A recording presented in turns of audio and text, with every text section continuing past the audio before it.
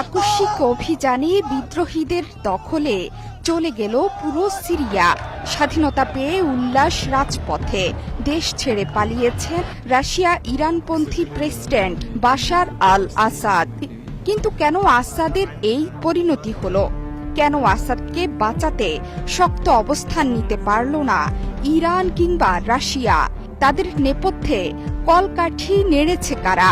এসব প্রশ্নের উত্তর খুঁজতে খুঁজতে মরিয়া এখন বিশ্ব।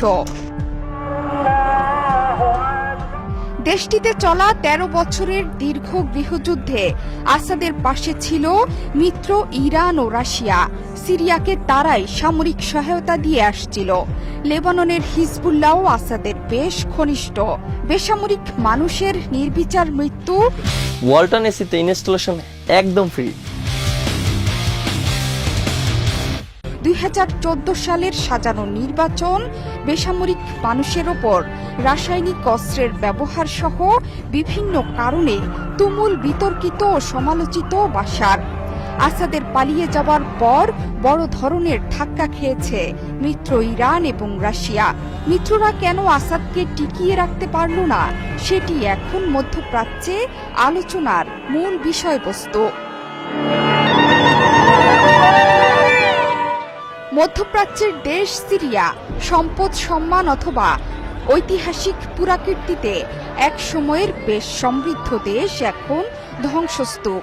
সেখানে ২০১১ সাল থেকে চলছে রক্তক্ষয়ী গৃহযুদ্ধ। ভয়াবহ মানবিক বিপর্যয়ের সাথে লড়ছে দেশটি। গাজা, লেবানন আর ইউক্রেন যুদ্ধ নিয়ে যখন বিশ্বে উত্তেজনা চলছে, ঠিক তখনই সিরিয়া চলে গেল বিদ্রোহীদের দখলে। এই দেশটিতে টানা ৫ দশকের বেশি সময় ধরে শাসন করছে আসাদ পরিবার। বাশার আল আসাদের বাবা হাফিজ আল আসাদকে বলা হয়ে থাকে আধুনিক সিরিয়ার রূপকার। তিনি ক্ষমতায় বসার পরেই মধ্যপ্রাচ্যের রাজনীতিতে পাকা খেলুড়ে হিসেবে পরিচিতি পান।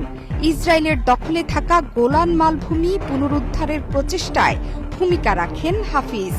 ২০০০ সালে বাবার মৃত্যুর পর মাত্র ৩৪ বছর বয়সে দেশের শাসনভার নিজের কাঁধে তুলে নেন বাশার আল আসাদ। ২০০৭ সালের প্রেসিডেন্ট নির্বাচনে পুনর্নির্বাচিত হন বাশার। একজন সংস্কারক থেকে ধীরে ধীরে কর্তৃত্ববাদী শাসকের তকমা জোটে তার কপালে।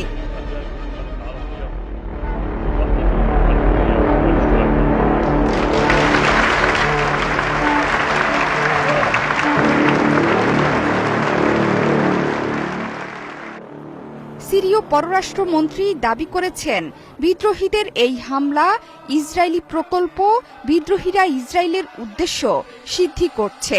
অন্যদিকে এই হামলার নিন্দা জানিয়ে ইরানের পররাষ্ট্রমন্ত্রী আব্বাস আরাকচি বলেছেন, লেবানন ও ফিলিস্তিনে পরাজয়ের পর আমেরিকা ও সিরিয়ার বিরোধী বাহিনীগুলো দিয়ে হামলার পরিকল্পনা করেছে। অন্যদিকে সামাজিক মাধ্যমে রাশিয়ার সমর্থন হারিয়ে বাশার আল আসাদ পালিয়েছেন বলে মন্তব্য করেছেন ডোনাল্ড ট্রাম্প। তিনি লিখেছেন, আসাদ চলে গেছে, তাকে রক্ষার ব্যাপারে আর আগ্রহী নয় পুতিনের রাশিয়া। বিশ্লেষকরা বলছেন, বছরের পর বছর ধরে বিদেশি সমর্থনের ওপর ব্যাপকভাবে নির্ভর করে সফলভাবে টিকে গেছে আসাদ সরকার।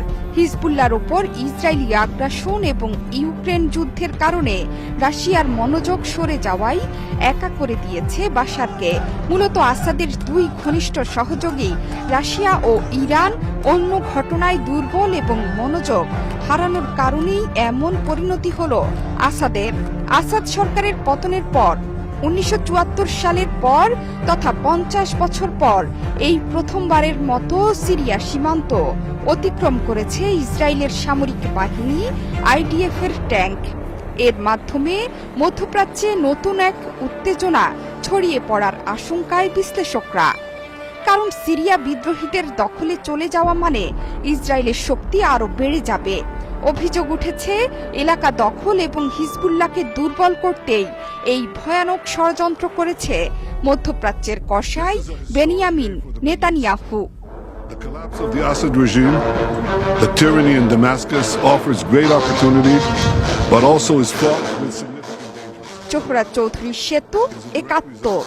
of our forceful action against Hezbollah and Iran, Assad's main supporters. It set off a chain reaction of all those who